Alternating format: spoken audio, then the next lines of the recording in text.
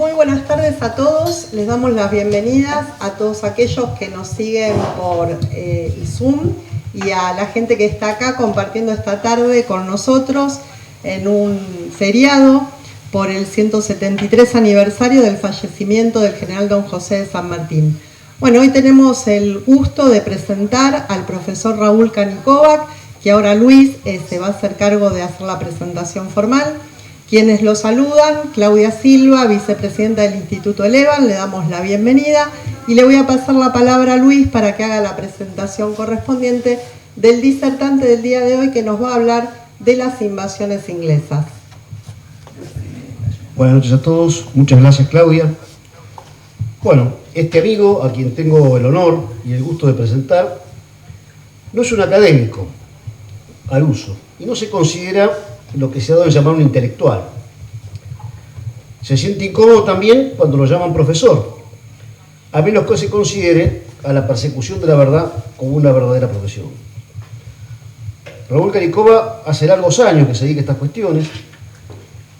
En estos momentos también participa del programa de RTV1 sobre conflictos contemporáneos, sobre las operaciones en Rusia 1943-1944, en el Pacífico después de la batalla de Tarawa y de Leyte. Raúl es un lector infatigable, eso no me cabe duda. Sus conocimientos, que no son pocos, son el resultado de una tenaz búsqueda de la verdad. Seamos indulgentes con aquellos que aman el saber y que buscan con ahínco el camino de la verdad. Borges decía que a veces los buenos lectores son cisnes aún más tenebrosos y singulares que los buenos autores. Y agregaba, leer es una actividad posterior a la de escribir, más resignada, más civil, más intelectual. Estas exposiciones en conmemoración de las gestas de la Jornada de la Reconquista y Defensa de Buenos Aires son también un acto de homenaje a los hombres que las hicieron posibles. No olvidemos a ellos y a quienes los guiaron, es a quienes les debemos la patria. Esperemos que el amigo que presentamos esté a la altura de las circunstancias, cuestión que no dudamos. Querido Raúl, tenés la palabra. Muchas gracias. Sí, ante todo esto es un homenaje, ¿no es cierto?, para aquellos que, como acaba de decir el profesor Roldán, el doctor Roldán, dieron la vida por la patria, ¿no? Nosotros eso tenemos que agradecerlo, porque el amor a Dios, el amor a la patria y el amor a la verdad son las mayores riquezas a que los hombres podamos aspirar. Eso conviene no olvidarlo, ¿no? Y estos hombres a quienes nosotros humildemente rendimos homenaje cayeron para que la patria viva.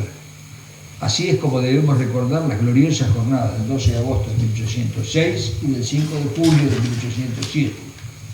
En esos días, veteranos del ejército español y milicias criollas, bajo el mando del ilustre Santiago de Liniers, derrotaron y expulsaron de nuestra amada tierra a un enemigo inicuo y soberbio. Allí nacieron nuestras Fuerzas Armadas, hoy perseguidas por el odio y en vías de transformación, para ser aniquiladas. Esta herencia nunca debe ser olvidada. Las naciones soberanas saben que su pasado glorioso es ejemplo para el presente y esperanza para las futuras generaciones. Siempre fue así, como la historia lo demuestra. Somos parte de la ecúmene hispano-criolla y católica, es decir, de la América románica, como señalara un ilustre profesor platense, y, como dijera el general Perón, los argentinos somos hijos de España, madre de naciones, hijas de la inmortal Roma y de la Gracia y la Atenas. Esta herencia no hay que olvidarla, y no olvidemos que los que la olvidan trabajan contra la patria, lo digan o no. Las invasiones inglesas de 1806 y 1807 al Río de la Plata son un episodio más en la guerra secular entre los reinos de España y la Gran Bretaña. Conviene no olvidar que ambos reinos mantenían un estado de beligerancia casi permanente desde los tiempos de Felipe II e Isabel I. Nosotros de algún modo heredamos esto que sería prudente no olvidar. En su contexto local fueron un episodio decisivo en la futura guerra civil entre españoles y americanos que culminaría en la proclamación de nuestra independencia política, apenas 10 años después de estos episodios, en julio de 1816. El intento inglés por conquistar los territorios españoles de la América del Sur por la vía de Buenos Aires y Montevideo en 1806 y 1807 fue un paso más en el desarrollo de un proyecto geopolítico secular. Los esporádicos intentos de desembarco en la Buenos Aires del siglo XVII fueron meras tentativas de piratas y aventureros. No todos ellos fueron ingleses. Holandeses y franceses también lo intentaron sin resultado positivo, más allá del temor y la amenaza para la ciudad. Los nombres de Fenton y de Drake eran pronunciados con zozobra por los habitantes de ese antiguo Buenos Aires, entonces una pequeña aldea que avisoraba un río, único límite de una pánica llanura sin confines. El primer plan escrito de conquista está fechado en 1711, sin indicación de autor, con el título de Un plan para humillar a España. Fue presentado al almirantazgo inglés, quien lo exhumó e imprimió en 1739. Recomienda, comillas, apoderarse de Buenos Aires, que no se defenderá o que lo hará muy débilmente. Y en pocos años ese país formará una de las más importantes colonias que Gran Bretaña haya tenido jamás. Se cierran las comillas. Esto es textual, está en ese plan, ¿no? Acá lo publicó la Marina, hay que decirlo, el Instituto de Estudios de la Marina de Guerra, publicó eso allá por 1950. Es interesante leerlo, es muy breve y es muy claro, ¿no? Porque es lo que después, eso es de 1711 y las invasiones vinieron en 1806 y 7, ¿no? Sí, estaba muy bien pensado y tenía mucho tiempo este proyecto geopolítico. En 1716, la South Sea Company, dedicada al mercado de esclavos, ya estaba instalada en las barrancas del Retiro. Más adelante, el gobernador de Bermudas, John Pullen, dice que la Gran Bretaña no puede fundar en la faz de la tierra un establecimiento de tanta importancia como el de uno situado en el Río de la Plata. No podemos pasar por alto el intento de conquista de Cartagena de Indias en 1740-41. La escuadra de guerra británica, compuesta por 180 naves a las órdenes del almirante Vernon, fue la más grande que jamás se presentara en las costas de la América Española. La victoria inglesa se daba por descontada. Más de 10.000 hombres de tierra, 12.000 marineros y 1.000 macheteros jamaiquinos se enfrentaron a unos 2.200 soldados españoles, 900 marineros, 80 artilleros y 600 indios flecheros, más 6 naves que defendían la plaza a las órdenes del almirante Blas de Lezo. Este hombre, un héroe de guerra olvidado, no solo por Colombia, sino por España, lo cual es una vergüenza para España. Blas de Lezo está olvidado. Por iniciativa, y vieron ustedes lo que hizo Blas de Lezo, ¿no? Por iniciativa del almirante Vernon, el Parlamento británico mandó acuñar, antes de atacar, una medalla con la efigie del almirante y la inscripción "El orgullo español humillado por Vernon", con Blas de Lezo de rodillas entregándole su espada. Sucedió lo contrario. La heroica e inteligente defensa de Blas de Lezo derrotó en un baño de sangre a las tropas inglesas, obligando al retiro de su flota. El arrogante ultimátum del almirante Vernon fue respondido por Blas de Lezo diciéndole que si aún le quedaba algo de su flota, podría usarla como transporte de carbón o leña desde Irlanda a Inglaterra. Blas de Lezo no volvió a Inglaterra, se quedó un año en Jamaica por temor a lo que le pudiera pasar en Inglaterra. Furioso, Vernon maldijo a Blas de Lezo. Londres, no menos humillada, pero más pragmática, descargó su furia sobre el derrotado almirante. Esa es la realidad. La pérdida de las colonias inglesas de la América del Norte, con la independencia de los Estados Unidos en 1776, suponía para la Gran Bretaña el abandono de la mitad de la América del Norte. El apoyo español a la independencia de esas colonias acrecentó el interés vindicativo británico por apoderarse de la América septentrional. Es verdad, yo no sé si ustedes saben que cuando se declara la independencia de Estados Unidos, al lado de Washington, Hamilton y Jefferson, hay 2 embajadores. Uno es el embajador francés y otro es el embajador español. Es un tema muy interesante y habría que ver cuál es el origen real de la Revolución Francesa. Personalmente yo creo que se origina en Inglaterra, pero bueno, eso es otro tema, no es para esto, pero habría que pensarlo, ¿no?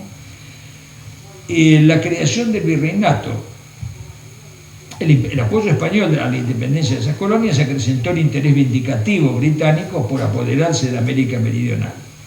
La creación del Virreinato de Río de la Plata por orden de Carlos III, en ese mismo año de 1776, fue una de las más sabias medidas preventivas, una sabia medida preventiva ante la posible amenaza de conquista.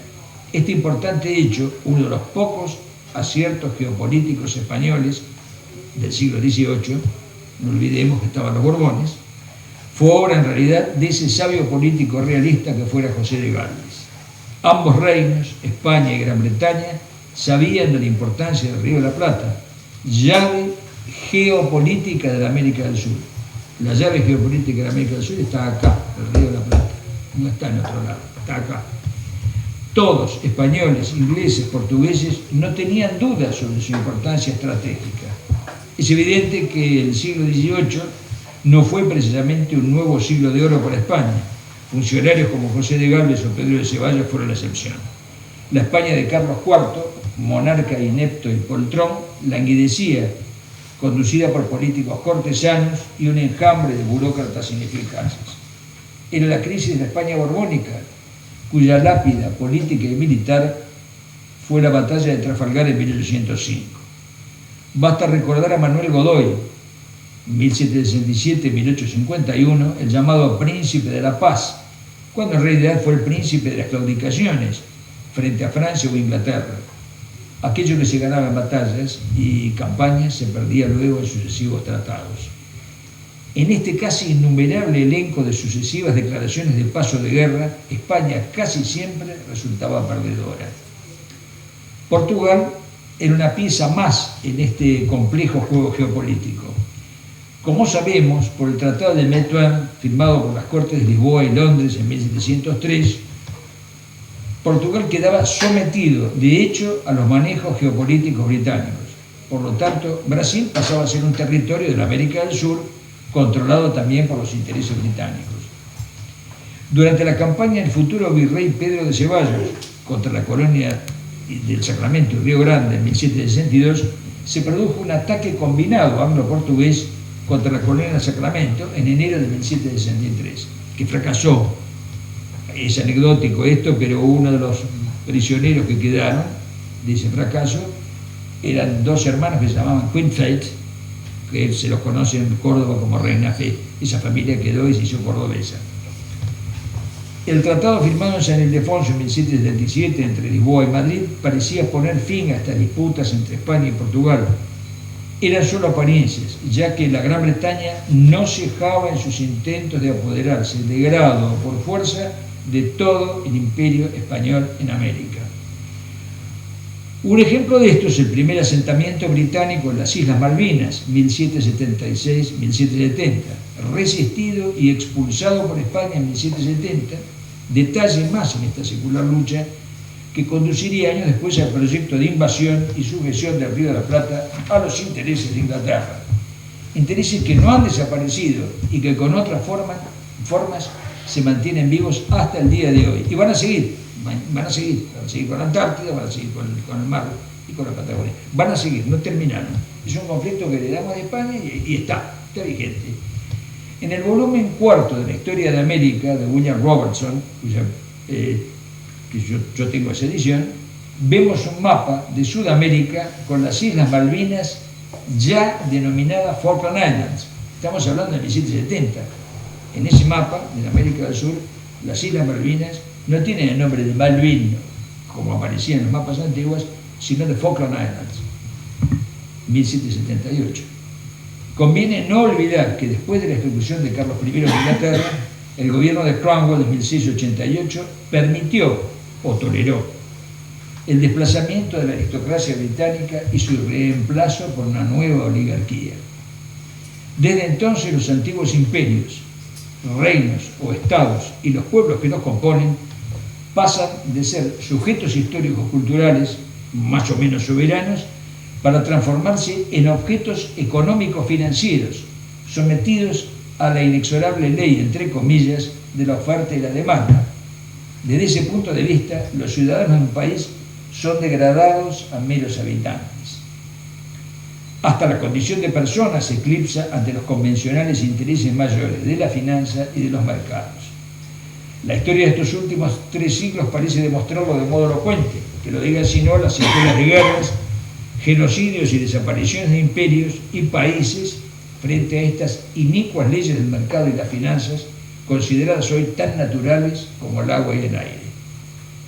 No son creaciones de la naturaleza, son creaciones de los hombres. Repasar algunas páginas del Leviatán de Hobbes ayudaría a comprender algo más sobre la gestación política de este complicado ajedrez. Es complicado, por eso hay que explicarlo mucho y darlo vuelta, hay que dar vuelta muchas veces la alfombra, ¿no? Si no, no se entiende.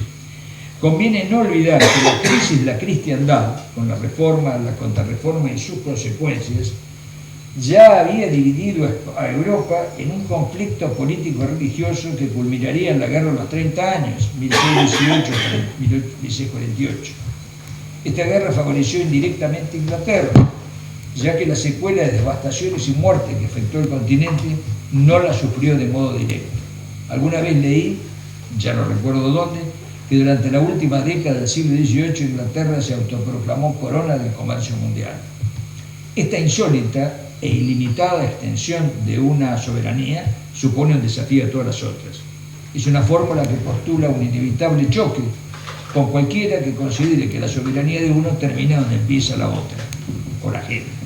Sin duda una amenaza para todos, sean países o imperios, amenaza perpetua, claro está, para aquellos que se opongan a esa expansión ilimitada. Esto que se prolonga hasta nuestros días tiene una variante, que es esta: el poder del comercio se ha subordinado al aparato financiero internacionalizado. Pero en el principio fue el comercio.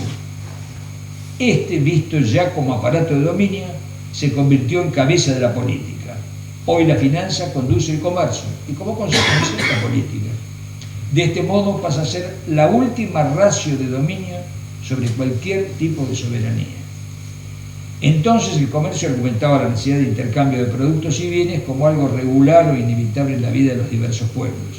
La finanza, como dijéramos, se apodera luego de todo el comercio mundial y sus derivados y, convertida en última ratio, no admite límites a su expansión. Por consecuencia, aquello que se lo oponga debe rendirse ante la amenaza de ser arrasado por esta incontenible avalancha. La prédica del laissez-faire hacia afuera y el utilitarismo de puertas adentro, practicada por la Gran Bretaña y sus sucesores, allanaron este camino sin límites aparentes hasta nuestros días. Dominar y enriquecerse a cualquier costo, eso sí, con un solo control. Los pobres no deben serlo hasta el punto de no poder comprar. Así nació la llamada sociedad de consumo. Hoy, un sutil entramado de leyes internacionales consolidó esa posición y en eso estamos, ¿no? Eso vivimos hoy. En 1803 Gran Bretaña buscaba con urgencia un casus belli que le permitiera dos cosas: una intervención directa del Río de la Plata y un golpe a la alianza forzada de España con Francia. Como resultado de la humillante paz de los Pirineos, España se compromete a pagar enormes sumas de compensación a Francia. La llegada de Napoleón al poder no modificó esa situación. Esto irritaba a Gran Bretaña, quien se encontraba en guerra con Francia por las dificultades puestas por Napoleón al comercio inglés en el continente. Decidió entonces interrumpir el subsidio español a Francia, atacando su flota transportadora de caudales o sus territorios en América Meridional, o de ser posible lograr ambos objetivos. En 1804, 4 fragatas españolas que llegaban del Río de la Plata, cargadas con caudales procedentes de Montevideo, Lima y Manila, fueron intimadas a entregarse a buques de guerra británicos en las cercanías del Cabo de Santa María, en Cádiz. Aunque atónitos, los españoles ante esta sorpresa se negaron a rendirse sin combatir. Resultado: el hundimiento de la fragata Mercedes y el secuestro de las otras 3. Ante este atropello, naturalmente España le declaró la guerra a Gran Bretaña. Un detalle, ¿no? En el hundimiento de las Mercedes murió la familia de Diego de Alvear, solo se salvó él y su hijo Carlos María, que después tanto daría que hablar de la guerra de independencia, ¿no? Y posterior. El toque final llegaría para España al año siguiente. En ese año de 1805, con la victoria sobre la flota hispano-francesa de Trafalgar, Gran Bretaña se convertiría en la dueña de los mares durante los siglos XIX y buena parte del XX. Era uno de sus objetivos y lo había alcanzado. El deseo de ser la corona del comercio mundial dejaba de ser un sueño para irse convirtiendo en la realidad. Esto le permitió a Gran Bretaña reflotar una vez más su acariciado proyecto de conquista. Ya aparecerían los hombres indicados. Para el mal o para el bien, como su historia lo demuestra, Inglaterra siempre supo encontrar a los hombres que necesitaba. Los hombres que la gobiernan saben que la condición humana es pródiga en ese aspecto. El primero de ellos, para la historia que nos ocupa, fue el comodoro de marina Home Rex Popham, quien, comillas, más gobernado por la imaginación que por el juicio, daba a sus empresas un colorido casi charlatanesco, no estando exento su carácter del reproche de codicia. Tal era el hombre indicado para entenderse con Francisco de Miranda. Esto lo dice Mitre en la historia de Belgrano. Esto es una cita de Mitre.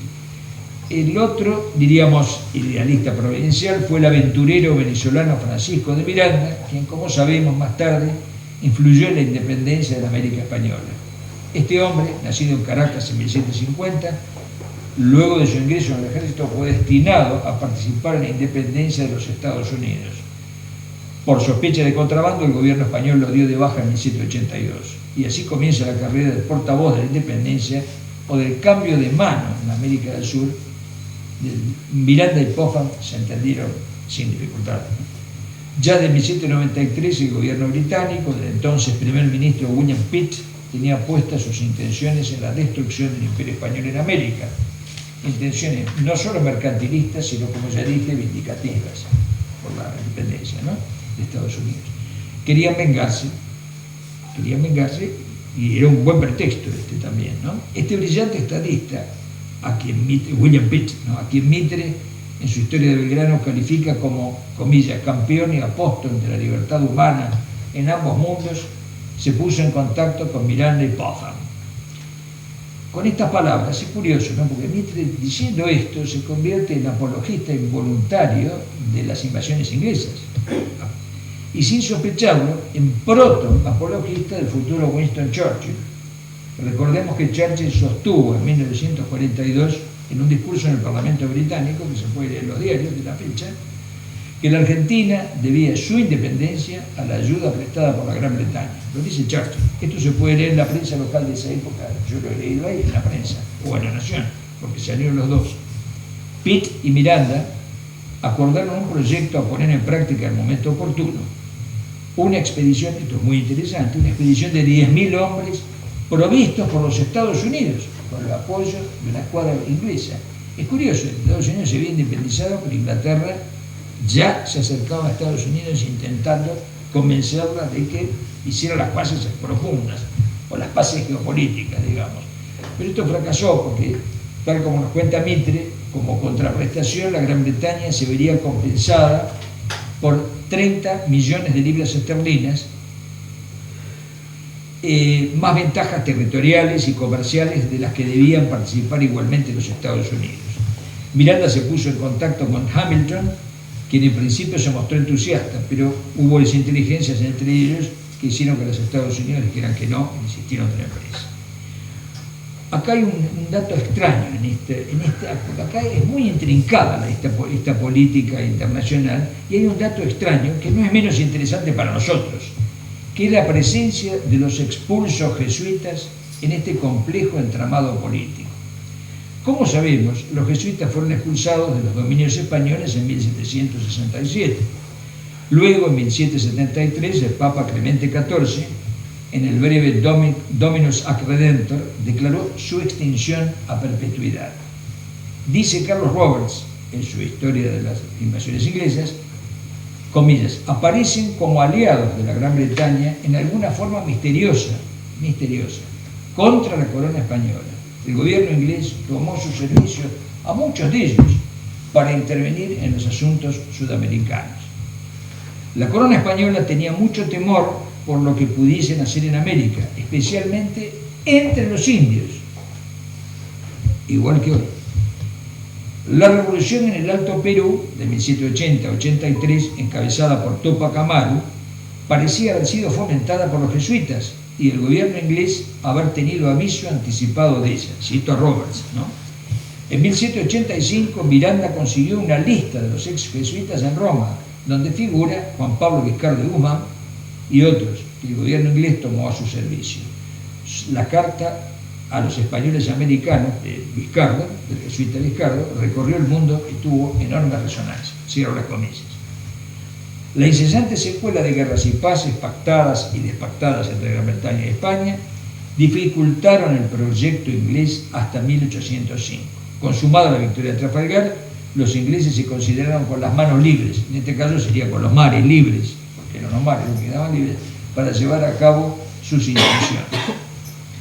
La incorporación de Holanda, con el nombre de República de Batavia, a la Confederación de Estados Europeos en torno a Napoleón, obligaba, entre comillas, a la Gran Bretaña a ocupar la colonia holandesa del Cabo Buena Esperanza en Sudáfrica.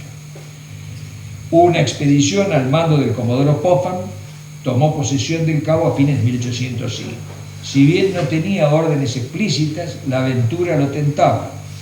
Sabía que su país castiga a los audaces si pierden. Pero todos son honores con un éxito a cuestas. Consideró que ese riesgo valía la pena y decidió no desperdiciar la ocasión. En buena lógica, aunque nos afecte, no podemos censurar su actitud. A fin de cuentas, pensaría Popham, la historia la deciden los audaces. La historia demuestra que es así. Gracias a los datos suministrados por un capitán mercante yanqui, quien había realizado algunos viajes a Plata, se enteró que la plaza de Montevideo de Buenos Aires se hallaba militarmente desprotegida y la fortaleza de Montevideo se encontraba casi en ruinas. Lo segundo no era cierto, pero servía de pretexto para su tentación. Por la misma suerte, supo que había llegado un tesoro a Buenos Aires, fruto de lo recaudado en las Filipinas, en el Perú y todo el virreinato del Río de la Plata. Los vocablos oro, plata y peso fuerte fueron como una varita mágica para precipitar la decisión de Popham. Pedir consejo a Londres suponía tiempo y el tesoro estaba esperando y se corría el riesgo de que los españoles lo trasladaran. Por fin, las dos caras de la personalidad de Popham se unían. En una misma empresa se juntaban ensueño y codicia, gloria y fortuna en un mismo golpe. ¿Era sensato dejarlos pasar? No, por supuesto.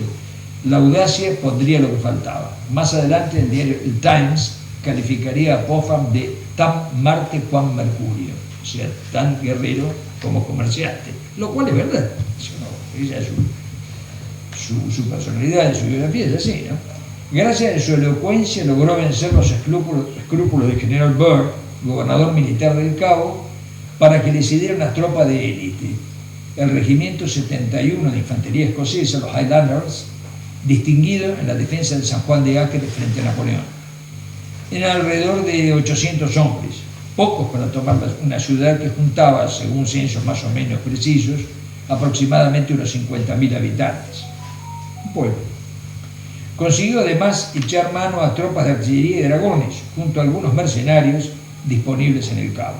Luego obtuvo una orden del general Burr para sumar los infantes de marina con destino en Santa Elena. Se dispuso a nombrar jefe de las tropas de ocupación y encargado del gobierno de las futuras posesiones al mayor general William Carl Beaufort, quien había mandado las tropas de tierra en la toma del Cabo. Este segundo hombre en la expedición se convertiría, por las circunstancias de esta aventura, en el más importante de los jefes británicos en el Río de la Plata. La expedición zarpó a mediados de 1806 y la componían las fragatas Diadem y Reasonable, de 74 cañones, la Diomedes, de 50 cañones, y las corbetas Leda, Narcissus y Encounter, de 32 cañones, más 5 transportes de tropas. Luego de hacer escala en Santa Elena, la isla de Santa Elena en el Atlántico, para incorporar otros efectivos, entre ellos el importante regimiento de infantería de marina de esa isla, puso a prueba al Río de la Plata. Conviene recordar un incidente entre Popham y Beaufort que tuvo lugar en la mitad del viaje entre Santa Elena y el Cabo de Santa María, que como todos sabemos está en el Uruguay, ¿no? Las cosas sucedieron más o menos de este modo. Beaufort venía con la idea de tomar Montevideo, a pesar de las murallas de la ciudadela, teniendo en cuenta la mayor facilidad para su desembarco directo. Es verdad, no puede acercar los barcos a Montevideo, porque el puerto es de aguas profundas. Esto último quedaría demostrado en el asalto inglés contra esa ciudad que al año siguiente llevará a cabo el general Ochmuty en enero de 1807. Popham, a pesar de las difíciles condiciones que oponía la costa del río Buenos Aires, decidió imponer su voluntad, invocando directas razones crematísticas. El tesoro de la recaudación se encontraba en Buenos Aires, y era de sentido común suponer que el intento de desembarco en Montevideo alertaría a las autoridades del virreinato y se dispondrían a retirarlo de esa plaza. Belfort se indignó e hizo saber que no quería participar en un acto de piratería, pero, como decía Quevedo, poderoso caballero don dinero. Belfort cedió a la presión de Popham. La suma era muy importante y los dividendos por la toma del botín una fortuna para ambos. Si bien no sabemos cuánto costó a Popham el vencer los honorables escrúpulos de Belfort, los hechos no permiten poner en duda el éxito de su elocuencia. Mitre sostiene que el fortuito encuentro ya en aguas de este río con un práctico inglés lo decidieron a tomar Buenos Aires. No conocemos el motivo que lo lleva a Mitre a esta afirmación, que de algún modo atenúa la avidez que él mismo atribuye al comodoro Popham. ¿Acaso olvidó la decisión del comodoro tomada en alta mar para convencer a Belfort? Mitre en todo caso no la menciona. El 15 de junio de 1806 se supo en Buenos Aires que una flota enemiga se encontraba en el Río de la Plata. En esta ciudad hundió la alarma y comenzaron las tribulaciones del virrey Sobremonte. Largas y duras fueron para él y, como sabemos, culminarían con su posterior destitución. Era el marqués de Sobremonte un eficaz y probo administrador, pero nulo como militar. Su grado en el ejército español era honorífico. Por diversos motivos era de uso en esos tiempos, y no solo en España, la compra o el otorgamiento de grados militares, guerreros de antecámara, como los califica Paul Grusac con su punzante ironía. En nuestra opinión, acusar de simple cobardía al virrey Sobremonte, como se hizo en esa época, resulta cuanto menos impreciso. Sobremonte era un burócrata honesto, no un militar. Por un lado, nos inclinamos a creer que actuaba desconcertado más que asustado. Sospechamos que las razones que lo llevaron al abandono de esta plaza en 1806 fueron burocráticas. Salvar el tesoro bajo su responsabilidad y generar un foco de resistencia desde Córdoba, declarando la capital del virreinato. Estas razones más parecen dictadas por un exceso de prudencia que por cobardía personal. En todo caso, buscar una explicación de su conducta en los pliegues recónditos de su ropa interior nos parece argumento suficiente para conocer toda la verdad sobre este asunto. Pero alguien podrá señalar que el desconcierto y la duda fueron el motivo de su fracaso en 1806. Y la posterior entrega de los caudales desde Luján fue para evitar el saqueo y arrasamiento de la ciudad, tal como habían amenazado los dos jefes ocupantes. Pero sabido es que muchas veces la pregonada prudencia no es sino una máscara del temor. Es verdad que la conducta de Sobremonte fue cuando menos ambigua, pero la pobre opinión que tenía Belfort sobre Sobremonte, dice Carlos Roberts, lo refleja en un despacho al general Byrd el 2 de julio. Dice Belfort: el marqués de Sobremonte ha decidido juntar sus fuerzas en Córdoba. Si un jefe activo y emprendedor las mandara, podríamos hallarnos en una situación desagradable. El virrey no es de manera alguna de tal carácter y, siendo impopular, frustrará las disposiciones de cualquier oficial suyo. Con estas esperanzas no hice ninguna tentativa por apoderarme de lo que podría haber hecho. Esto lo dice Belfort, son comedias, ¿no? El 22 de junio ordenó al virrey la convocatoria de las milicias para destruir y armar una fuerza de 1.900 hombres, o sea, casi equivalente a los de la inglesa. Hasta ese momento consideraba que las naves que se veían en el río eran solo una alarma de buques de presa que buscaban abastecerse. Esa misma tarde recibió noticias desde el fuerte en la ensenada de Barragán. Un piloto informaba que había reconocido una escuadra enemiga que operaba en el río. Entre idas y vueltas ordenó el acuartelamiento y así se dio inicio a una serie de improvisaciones. El cuartel de caballería de las Catalinas, donde hoy están las Galerías Pacífico, acá en Buenos Aires, Hace saber que le faltan caballos y monturas y que solo podían juntar no más de 300 hombres. El resto de las tropas estaban ociosas, tomaban mate, jugaban a los naipes o iban a comer y a dormir en sus casas, en pleno peligro, ¿no? Esa noche llega a Buenos Aires el piloto de la Ensenada y se reúne con el virrey. Según parece, Sobremonte seguía creyendo en una simple alarma de filibusteros.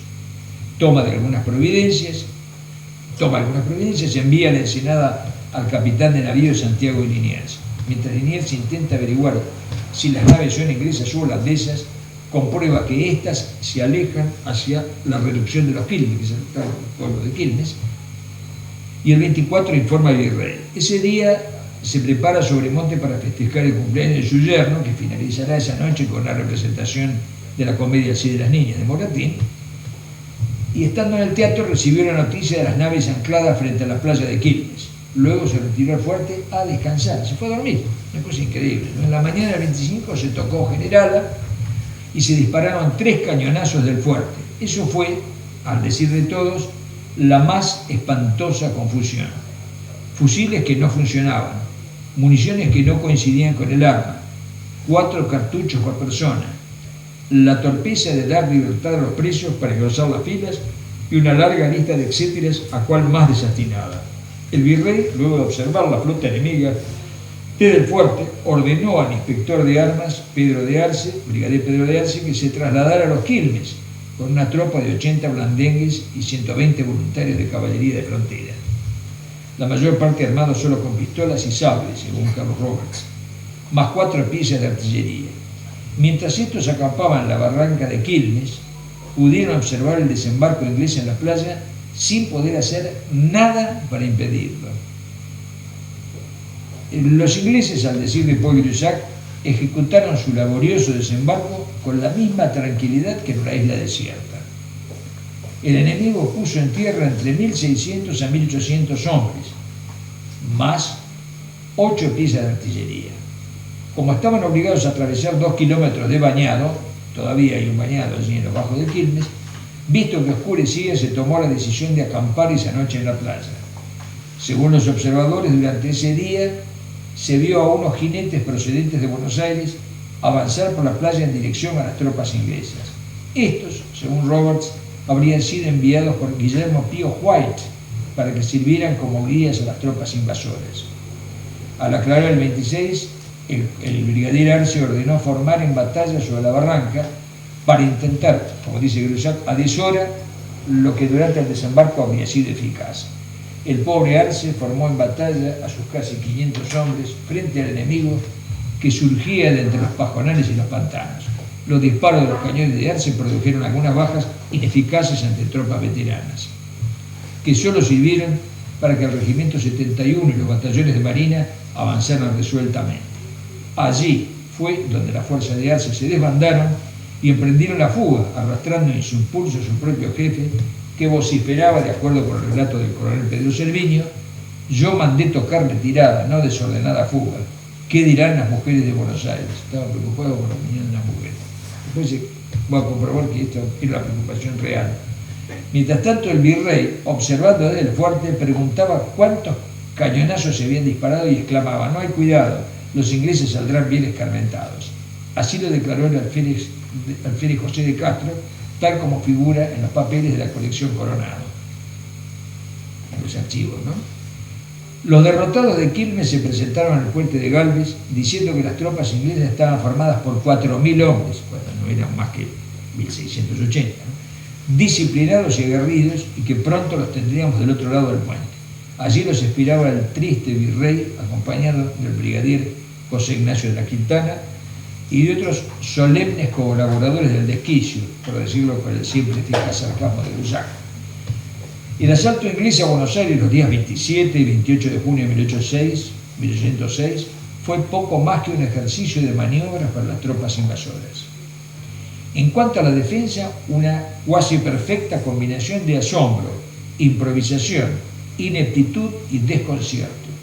Los documentos de la colección recopilada por Juan Coronado y los que están en el Archivo General de la Nación son una prueba elocuente de este rosario de errores que nos llevaron al desastre del fatídico día 28.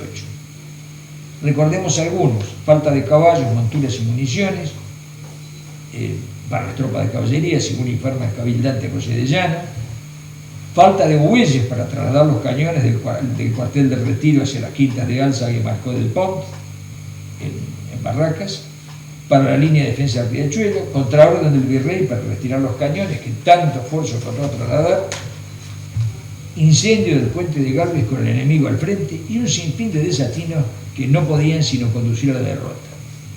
La declaración del cabo de artillería Bernardo Guanes, tal como se puede leer en Juan Coronado, no puede dejar de conmovernos. Luego de trajinar los cañones que le ordenaron traer del Retiro, se presenta en Barracas ante el virrey, quien le ordena que los lleve de nuevo, porque aquí no hacen falta, ni se necesita nada.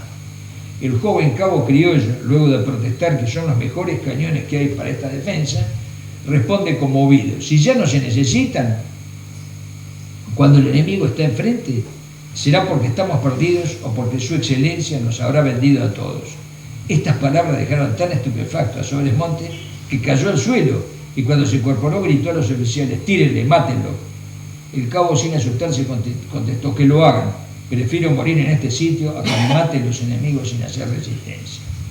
Uno de los oficiales, sin duda consciente ya del descalabro, poniéndole la espada en la cabeza, pero sin herirlo, le aconsejó: cállese, paisanito, que esto ya no tiene remedio. Por intervención de este oficial, cuyo nombre no se registra, Sobremonte ordenó amarrarlo y conducirlo a la prisión. Luego fue llevado al fuerte y lo pusieron en el cepo. Cuando el descalabro era inminente, lo pasaron al cuerpo de guardia, donde pudo escuchar a la multitud que había concurrido a la plaza gritando guerra, guerra, y a un coronel y otros oficiales que trataban de calmar a la gente, pidiéndoles que dejaran las armas, porque la plaza se entregaría por capitulación. La súplica fue inútil, insultando a los oficiales, unos no acataban la orden y otros destruían las armas contra las piedras del fuerte. Desde su posición fueron los testigos de la entrada de la columna británica para tomar posesión del fuerte. Supongo que ahí en Zoom van a pasar las marchas, ¿no? Las marchas de la infantería británica, que era que se entró por las calles de defensa. El 26 de junio las tropas de Belfort cruzaron el Riachuelo, casi sin resistencia, utilizando las embarcaciones abandonadas como puente. El virrey, escoltado por las tropas de caballería, se retiró, entre comillas, hacia Monte Castro.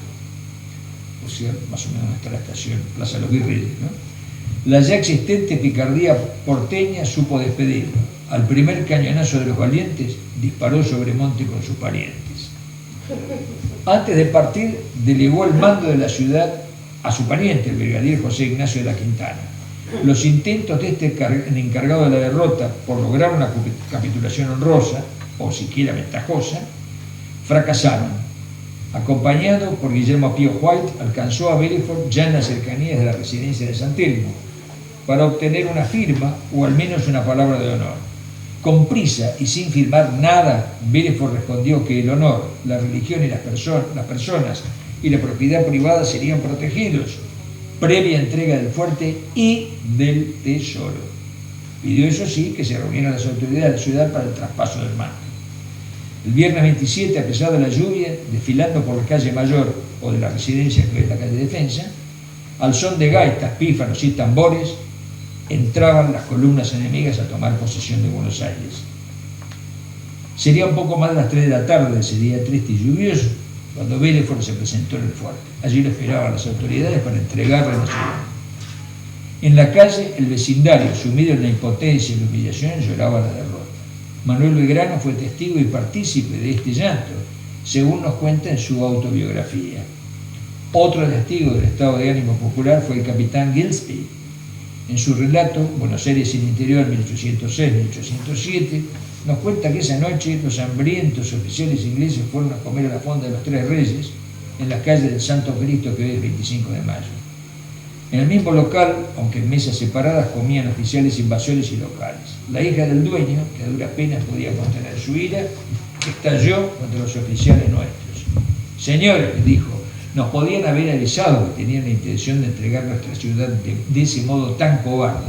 Nosotras, las mujeres, nos hubiéramos bastado para echar las pedradas a esa gente.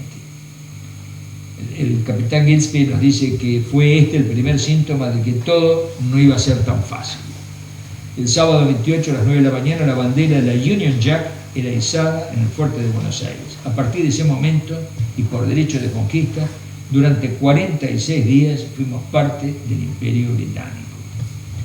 Las primeras disposiciones del flamante gobernador fueron la entrega del tesoro, retroactiva al día 25, y el juramento obligatorio de los funcionarios civiles, militares y eclesiásticos del virreinato a la autoridad de su majestad británica. El 5 de julio se prestó el juramento de regla en el fuerte. Inflexible en estos dos requisitos, por lo demás, Belfort se mostró muy tolerante, consciente de la fragilidad de su situación. Hasta que llegaran los refuerzos necesarios y las instrucciones de su soberano, era evidente que no tenía otra opción que tratar de conquistar el buen ánimo del pueblo que le tocaba gobernar. Su tacto político causó la aparente impresión de que en la vida cotidiana todo seguía igual. El prior de Santo Domingo le dedicó al nuevo gobierno una arenga tan confitada de lisonjas que, entre otras cosas, decía que el cambio de gobierno de un pueblo ha sido muchas veces el principio de la gloria. Tanto piropo sorprendió al mismo Belfort, que pidió que fuera traducida e impresa para ser enviada a Londres. Eso sí, estas declaraciones de las autoridades eclesiásticas causaron sorpresa y sarcasmo. Algunas coplitas irreverentes, fruto de la picardía criolla, empezaron a circular. Para compensar, Fray Nicolás de San Miguel, de la Orden de los Betlemitas, manifestó su total oposición y se negó a firmar. Pero las principales miras inglesas estaban puestas en el tesoro, en el juramento de obediencia a las nuevas autoridades, en el control de los que tenían grado militar y en el desarme de la población. Asegurado esto, solo había que esperar refuerzos y evitar las deserciones de las filas invasoras. Hubo muchas deserciones, una cosa muy curiosa, ¿no? Sucedió mucho eso, ¿no? Entre tanto, el codiciado tesoro ya iba camino a Luján. Las amenazas de Belfort y Popham sobre las consecuencias que podían sufrir los vecinos decidieron al cabildo y al obispado a enviar una comisión al virrey para exigirle la entrega. Luego de aceptar Sobremonte, se alejó hacia Areco y una compañía británica se presentó en Luján para tomar posesión del tesoro. Este, una vez hechos los descuentos para gastos locales, fue embarcado en la fragata Narcissus, rumbo a Inglaterra, donde llegó el 12 de septiembre, un mes después de la Reconquista. Días después desfilaba aparatosamente junto con un cañón y la bandera española del fuerte por las calles de Londres para ser depositado en el Banco Central de Inglaterra. Su valor total, 1.292 millones de dólares oro, de los cuales se embarcaron 1.807.000 dólares oro, ¿no? Cuando España se alió con Inglaterra contra Napoleón, hizo el reclamo correspondiente. Nunca obtuvo respuesta hasta el día de hoy. El breve gobierno de Belfort no daba para largo discurso. Su misma precariedad no le permitía sino una combinación de medidas pragmáticas que irritaran lo menos posible a sus flamantes y forzados súbditos. Político más sensible que Popham, sabía que no era conveniente alterar el orden interno hasta la llegada de los esperados refuerzos. No podía ser de otro modo, y así lo demuestran sus bandos públicos. Las medidas eran simples: libertad de comercio, bajo protección inglesa, claro está, ¿no? Entrega a las nuevas autoridades las armas en manos privadas, con compensación económica para quienes lo hicieran. Retorno de los esclavos a sus legítimos dueños, respeto absoluto a la propiedad privada y protección al culto católico y sus representantes. Pena de muerte solo aplicaba para los desertores y para aquellos que los ampararan. Todas sus proclamas terminaban con esta frase que convierte en relativo todo lo anterior: hasta conocer, comillas, hasta conocer la voluntad de su majestad británica. Prometemos esto, pero está condicionado por esto. Mientras tanto, buscar la mayor cantidad de adhesiones en la parte alta de la población con miras a una colaboración voluntaria con las nuevas autoridades. De esto se encargarían las incipientes logias masónicas, cuyos resultados serían quizás los más fructíferos de la presencia británica en estas tierras, como la historia posterior de nuestra patria acabaría por demostrar. La más famosa de estas logias fue la conocida como The Southern Star, la Estrella del Sur, que luego de la toma de Montevideo fundaría el primer periódico político británico del Río de la Plata, que tuvo una vida efímera y que cesó con la reducción de Whitelocke en julio de 1807. Su director es Francisco Antonio Cabello y Mesa, exdirector del Telégrafo Mercantil, y Manuel Aniceto Padilla. Después de la Reconquista, el mencionado Cabello y Mesa nos cantó la palinodia de que en esos días él se encontraba preso camino a Inglaterra. En honor a la verdad, dejemos el beneficio de la duda. Pero Padilla estaba. El capitán Gillespie, un boliviano, Padilla no es la Padilla de acá, es un de Alto Perú. El capitán Gillespie nos cuenta que durante su prisión en Córdoba logró esconder el cuaderno, así dice él, con una lista de 58 vecinos de Buenos Aires que juraron adhesión voluntaria, no la obligatoria de los funcionarios, sino voluntaria, pidieron la nacionalidad británica, a su majestad británica. En 1810, luego de la Revolución de Mayo, Gillespie entregó esta lista al Foreign Office. Hasta hoy día nadie ha podido dar con ella. Carlos Roberts, que era hijo de un funcionario, de un abogado de los ferrocarriles, aunque era nacido acá, nos cuenta, él compró muchos documentos y demás que donó al Museo Histórico Nacional, nos cuenta que nunca pudo dar con ella, buscó por muchos lados y no tuvo ninguna noticia de ella. Y que también fue infructuosa su búsqueda en los archivos ingleses. Como dice un amigo y gran estudioso de estos temas, Bernardo Lossier, ¿no?, que fue director del Museo Purredón, ¿no?, que él también investigó esto y no pudo dar con esa lista, nadie le dio con esa lista. Los nombres, dice Lossier, de los 58 genuflexos vecinos de Buenos Aires permanecen hasta nuestros días en el más absoluto anonimato, para alivio de algunos e intriga de muchos. Comillas. En cuanto al cuaderno, si no duerme en alguna ignota colección, existe la posibilidad que George Canning lo haya destruido, tal como conjetura Bernardo Lossier. Más allá de los obvios nombres de Rodríguez Peña y Padilla, figuraba en la lista Juan José Castelli, según cuenta Gillespie, y según carta de Cornelio de Saavedra a Juan José Viamonte, donde aludiendo no solo a Castelli y a los Rodríguez Peña, deja entrever los nombres de Antonio Luis Beruti, Hipólito Vieites y Juan Larrea, entre otros. Así pone Saavedra, entre otros.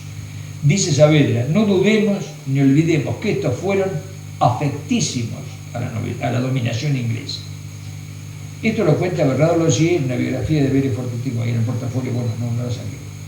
Muy interesante, muy bueno, muy interesante.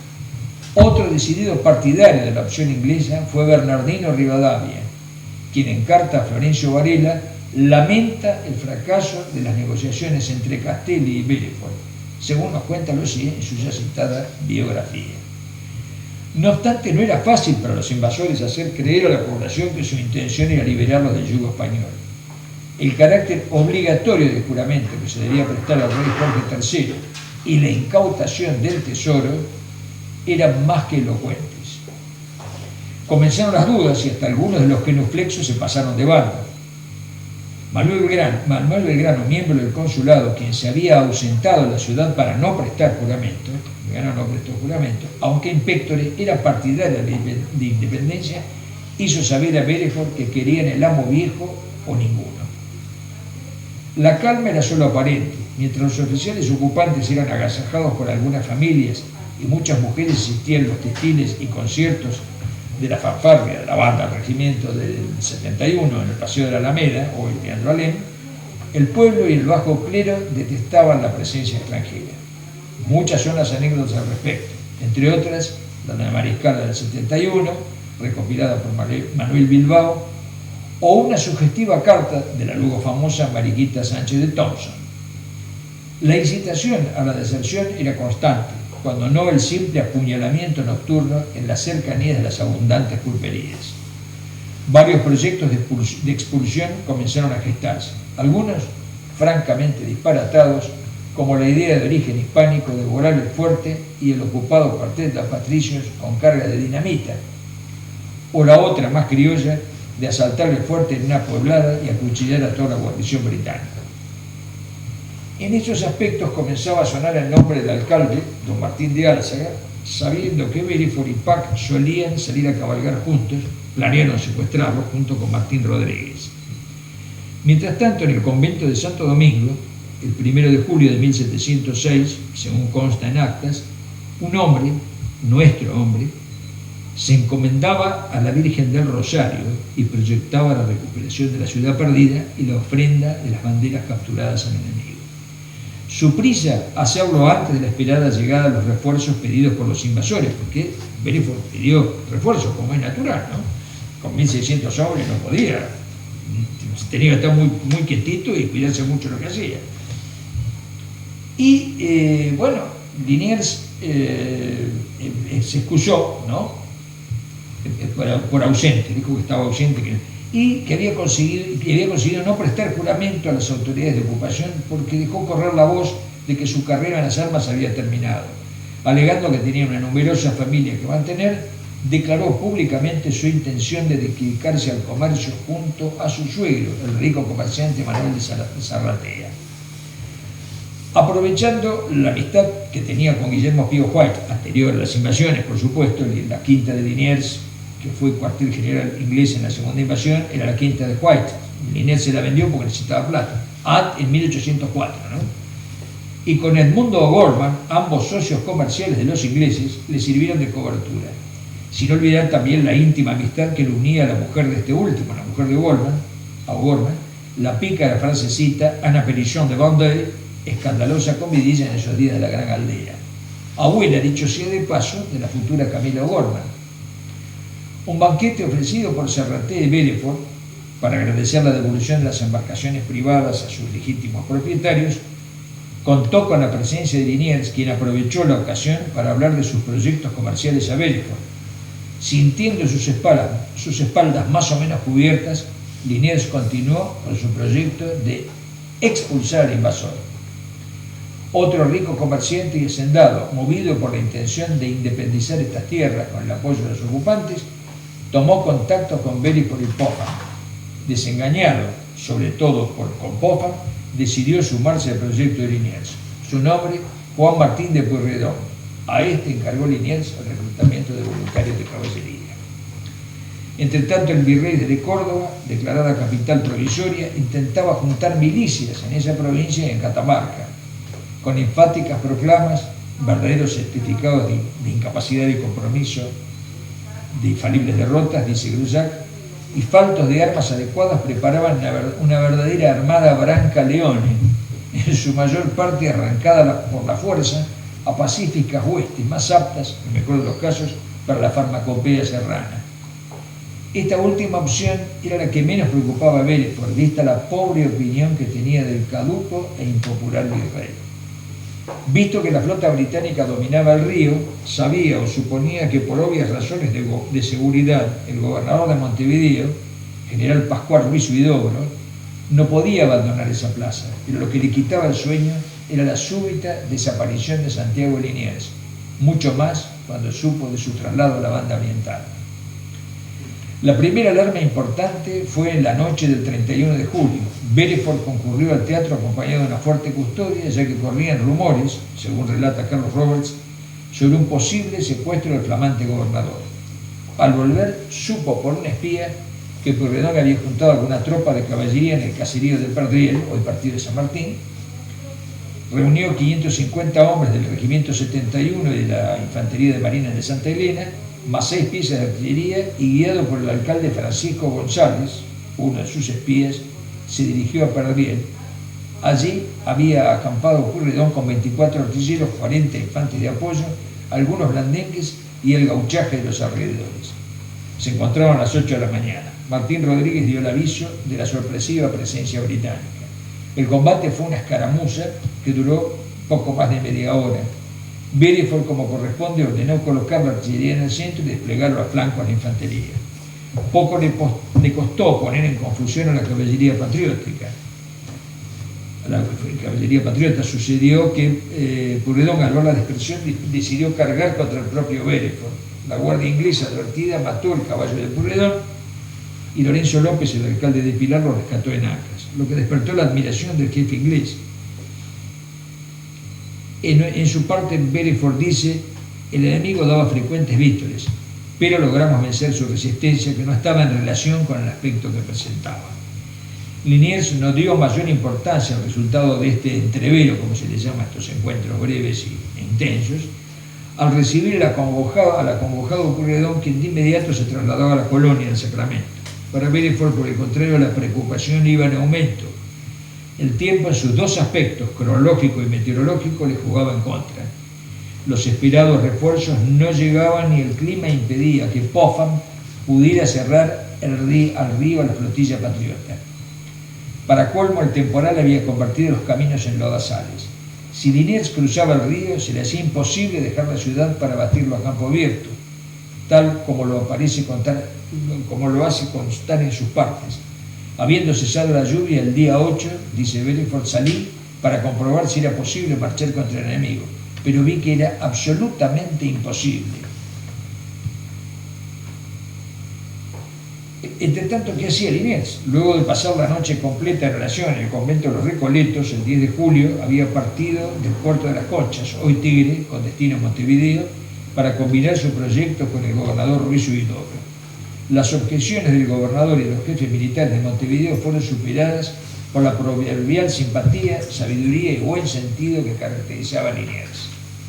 Era tal el entusiasmo por incorporarse a la expedición que a los 500 hombres originalmente requeridos se sumarían otros hasta alcanzar a 846 más 38 oficiales. Todos querían participar de la aventura, pero Montevideo no podía quedar sin tropas y así muchos se quedaron solo con las ganas. Nuestro héroe, luciendo con su impecable uniforme la Cruz de los Caballeros de Malta, se sentía seguro y feliz al frente de sus tropas. Por entonces los hombres de los regimientos de infantería, de dragones y de los blandengues de Buenos Aires, que habían logrado pasar a la otra banda, se sumaron al Real Cuerpo de Caballería, a lo del Batallón de Voluntarios de Infantería y a la compañía de Migueletes o Miñones, provistos por Montevideo. La expedición partió el 22 de julio hacia la colonia, pasando por las Piedras de San José y llegando recién el 28 por el estado de los caminos debido al temporal. Allí los esperaban 2 compañías del Regimiento de Voluntarios de Caballería de la colonia, con 102 hombres de tropa y 6 oficiales.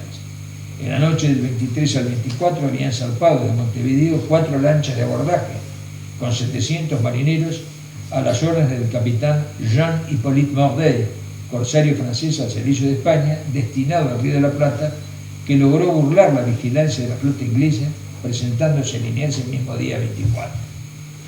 Mordet era hombre de singular coraje, como lo demostrara en la jornada de la Reconquista, y como veremos luego, dando su vida por nuestra causa, defendiendo la muralla de Montevideo durante el asalto inglés en enero de 1807. En Montevideo una calle recuerda su nombre, de este lado del Plata, nada. En su lugar, lo que no deja de ser curioso, una calle lleva el nombre de Guillermo Pío White. El 1 de agosto, Liniers pasó revista a las tropas y dio una proclama inspirada en los conceptos más elevados de disciplina y de orden, según cuenta el coronel Juan Beverini en su historia militar de las invasiones. Decía Liniers, el valor sin disciplina no conduce más que una inmediata ruina. Las fuerzas concentradas y subordinadas a la voz de los predíquenes es el más seguro medio de conseguir la victoria. Todo esto lo decía porque la mayoría eran milicias, no eran tropas regulares, hay que tener en cuenta, ¿no? Y por eso les decía, si llegamos a vencer, acordaos soldados, que hay que reñir con intrepidez como triunfar con humanidad.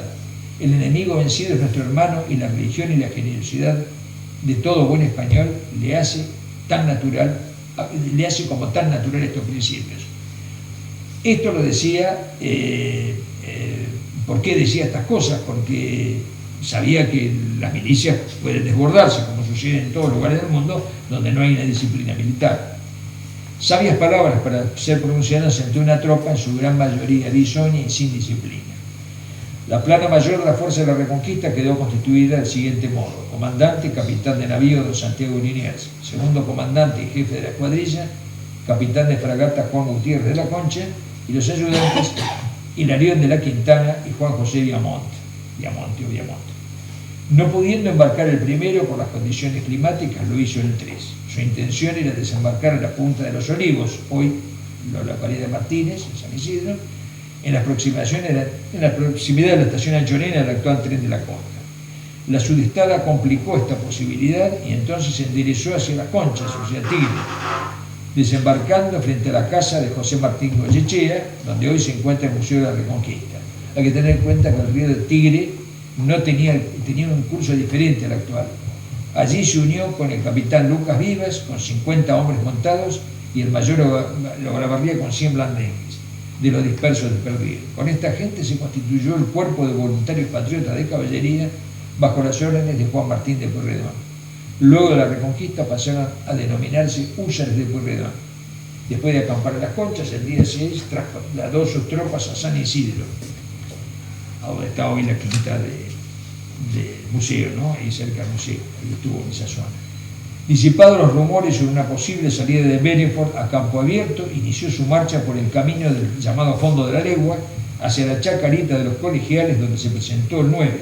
En la mañana del 10, previa misa de campaña, ordenó el avance hacia los corrales del Miserere. Desde allí envió a su ayudante, Hilarión de la Quintana, al fuerte con una intimación de rendición. En sus partes decía que usted entró, le decía Belfort, usted entró en esta capital con un cortísimo número de tropas a atacar una población a quien faltó más la dirección que el valor para oponerse. Penetrado hoy del más alto entusiasmo, para sacudir una dominación que le es odiosa, se halla pronto a demostrarle que el valor de los habitantes del Ferrol, de las Canarias y de Puerto Rico no es extraño a los de Buenos Aires. Mis fuerzas no le dejarán recursos para emprender la retirada. La justa estimación del valor de vuestra excelencia y la generosidad de la nación española me estimulan a dirigir este aviso para que me avise si se haya dispuesto a librar sus tropas a una total destrucción o al contrario, entregarse a un enemigo generoso como lo somos nosotros. Al presentarse de la Quintana en el fuerte no fue recibido por Belfort, reunido con el obispo y miembros del cabildo y del consulado. Luego de un tiempo prudencial, de la Quintana optó por retirarse sin haber entregado la intimación. Liniers dice que le pareció deber de urbanidad hacerlo regresar con la intimación, aclarando, si trataban de detenerlo, que no volvería más y que se atuvieran a las resultas. Esta vez fue recibido. El jefe inglés contestó, comillas, convengo en que la fortuna de las armas es variable. Vuestra señoría tiene la superioridad respecto al número y la comparación de la disciplina es inútil. En esta inteligencia solamente le digo, dice Belfort, que me defenderé hasta el caso que me indique la prudencia, por evitar calamidades que pueden recaer sobre este pueblo, que nadie lo sentiría más que yo. Liniers, viendo que dada la situación el único camino era el combate, decidió avanzar a marchas forzadas hacia el retiro.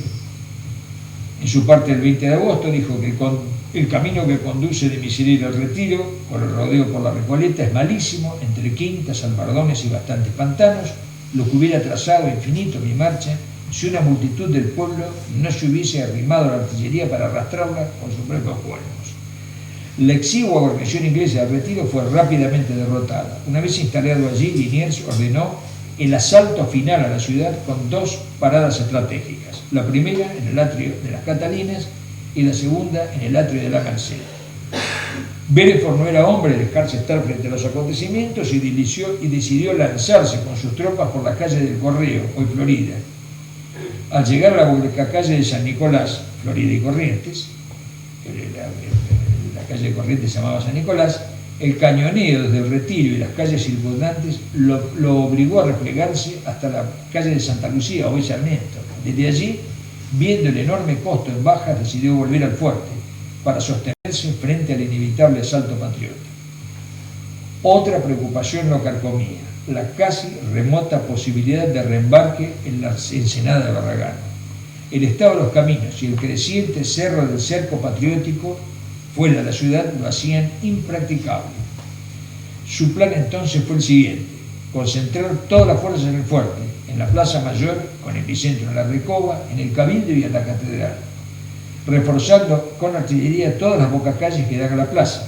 Su puesto de combate lo constituyó en el centro de la Recoba, es decir, donde hoy se encuentra la actual pirámide de Mayo, para dirigir desde allí sus operaciones militares. En caso de ser esto insostenible, el último recurso era encerrarse en el fuerte, cosa que, como veremos, finalmente ocurrió. Ambos adversarios se habían jugado mucho más que sus propios destinos, nos dice Bernardo Losier. El fracaso de Liniers comprometería el futuro rioplatense, por lo que su desempeño era de enorme trascendencia geopolítica. Esto es una absoluta verdad. Para Belfort, simplemente una desafortunada aventura personal, que solo el éxito excusa los desaciertos. Sabía Belfort que solo el éxito excusa los desaciertos. Estaba experimentando la traición de aquellos que en un primer momento le manifestaron la adhesión, que no eran pocos, ni tantos como él presumía. La moral del general invasor se estaba quebrando. Al puesto de mando de Liniers en el retiro llegaban más y más voluntarios de última hora, acrecentando el número de sus tropas hasta superar casi los 2000 hombres. El 11, desde la batería de las barrancas del retiro, Liniers respondió al fuego de las fragatas inglesas, consiguiendo poner fuera de combate a 2. En una, el palo de mesana quebrado dejó caer la bandera británica al agua, cosa que fue tomada como un buen presagio. Durante el 11 ya se combatía en las calles, aunque en modo de guerrillas, con abundantes bajas de ambas partes. El ataque del día 12, dividido en 3 columnas, avanzaría por las calles de San José o del Corrío, o Florida, de la Santísima Trinidad o Catedral, hoy San Martín, y de la Merced, hoy Reconquista. Al llegar a Santa Lucía, Sarmiento, debían desprenderse nuevas columnas por la calle de las Torres, que era hoy Rivadavia, y de la Piedad, Bartolomé Mitre, para sitiar la plaza. La del Correo debía continuar hasta San Francisco, que era hoy la calle Moreno, para atacar por Santo Cristo, que hoy es Balcarce. Todas debían evitar la calle del Cabildo, que es Hipólito Yrigoyen, en la boca calle del Colegio, en Bolívar y Defensa, y San Francisco, Defensa, que el mando inglés había dejado desguarnecidas, Bolívar y Defensa, para cerrar y aniquilar a los desprevenidos que entraran por ellas. Las 3 columnas eran mandadas por Liniers, por la calle Reconquista, Pinedo por la calle San Martín y Gutiérrez de la Concha por Florida. Mientras Liniers se encontraba en el atrio de las Catalinas, llegó un enigmático mensaje de Guillermo Pío White pidiendo una entrevista. El mensaje en inglés, estaba escrito en inglés, estaba dirigido a Pueyrredón. Este hizo conocer la carta a Liniers. Se respondió aprobando y fijando el encuentro en las Catalinas. White no acudió a la cita y ni siquiera respondió a la carta. Es muy probable que la precipitación de los acontecimientos haya sido la causa. Desconocemos el contenido de esa carta. Roberts sospecha que Belfort, de acuerdo con Popham y asesorado por White, deseaba entregar Buenos Aires, anulando el juramento obligatorio a los funcionarios y devolviendo a los prisioneros y las presas marítimas, a condición de que Liniers no avanzara y le permitiera cruzar el riachuelo y embarcar en Quilmes o en Ensenada. Agrega Roberts otra hipótesis, la de ofrecer a Pueyrredón y al partido criollo, con o contra Liniers, la posibilidad de independencia y aunar fuerzas para batir al virrey. La primera conjetura nos resulta factible. En cuanto a la segunda, la dificultad estriba en la falta de planes concretos y en la confianza depositada en Liniers por parte de Pueyrredón al mostrar de inmediato la carta que le había mandado White. Va a ser sospechoso eso, ¿no? Con toda modestia, creemos, ¿no?, los que pensamos estas cosas, que estos proyectos de independencia fueron tomando forma en la cabeza de Belfort durante su prisión en Luján, como un modo de hallar cómplices para facilitar su fuga. Él se encargaría de defender estas ideas en la corte. Nosotros creemos que no era más que una simple coartada de su parte. Inglaterra no estaba interesada en la independencia. Harry S. Ferns, en su libro Gran Bretaña y Argentina del siglo XIX, dice: Belfort, después de la rendición de Buenos Aires, hizo patente que la finalidad de la invasión era la conquista, no la liberación. Lo máximo que podía aceptar era ese eufemismo llamado protectorado, que no es otra cosa que una colonia con bandera nominal, o virtual, para usar la palabra de moda, ¿no? Si luego las cosas no sucedieron exactamente así, es debido a una compleja serie de circunstancias que supondrían una lectura finamente detallada del entramado de nuestra historia y, por supuesto, de los condicionantes acontecimientos políticos, militares que sucedían en Europa. Porque en Europa estaban las guerras napoleónicas, no hay que olvidarlo, ¿no? Por el momento solo nos animamos a decir que vistas de frente, las jornadas que evocamos son tan importantes o más que la misma independencia. Proponemos esta modesta conjetura histórica, yo me hago responsable, ¿no? Sin la reconquista de 1806 y sin la defensa de 1807, no habría habido 1816, ni siquiera República Argentina, sino algo muy diferente que, visto los hechos, no resulta fácil configurar. No habría habido un país, habría habido varios, y probablemente, bueno, nosotros no existiríamos así sencillamente, no habríamos desaparecido, no habría una estirpe criolla y, bueno, criolla, no la habría. Volvamos a los acontecimientos del 12. Debido al impetuoso empuje de las guerrillas urbanas que se adelantaban a las tropas regulares, animadas a los gritos de avance, fuego, a ellos, viva España, muera el inglés, y avance, avance, avance, que es la palabra que más se repitió ese día, Liniers ordenó el ataque general y por la actual calle Reconquista se dirigió hacia el atrio de la iglesia de la Merced, donde instaló su puesto de mando. El lugar era de riesgo, muy batido con la metralla inglesa. Liniers mismo, como lo mostraba su perforado uniforme, recibió algunos rasguños de bala, pero se mostraba satisfecho. Entre otras cosas, el vaticinio de la victoria se le había adelantado en forma de un pañuelo bordado y perfumado, arrojado por Anita Perillón desde la ventana de su casa en la actual esquina de Reconquista y Corrientes. Ahí vivía la familia Perillón. A todo esto, los miñones del comandante Boffarul y los marineros de Maubeuge, exuberantes de entusiasmo, habían avanzado hasta los edificios más cercanos a la plaza. En constante movilidad desde las azoteas y ventanas, abatían a los defensores ingleses instalados en su mayor parte en los altos de la catedral, en el Cabildo y la Recoba, que como todo el mundo sabe era un enorme edificio que dividía en dos la actual Plaza de Mayo, ¿no? Teniendo la precaución de no entrar a la plaza por las actuales calles Hipólito Yrigoyen y en las esquinas de Bolívar y Defensa. Estas pocas calles estaban libres de artillería pesada, utilizadas como cebo para que nuestras tropas cayeran en la trampa de intentar entrar. Eso facilitaría a los ingleses el cerco y destrucción de las tropas. Liniers intentó otra maniobra envolvente, lanzó la caballería y los dragones por las calles del Santo Cristo, que es 25 de mayo, y con esto consiguió poner una llave de cerco a la plaza.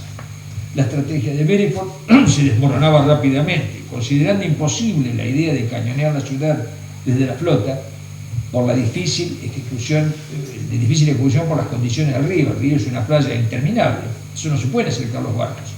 Y habiendo rechazado la propuesta de Popham de someter a un saqueo masivo, Popham propuso un saqueo masivo de la población, un botín, por considerarla de consecuencias imprevisibles. Hizo saber a Popham que aquello que los diferencia era que él, por cuestiones de honor, no podía asumir un acto de vulgar piratería.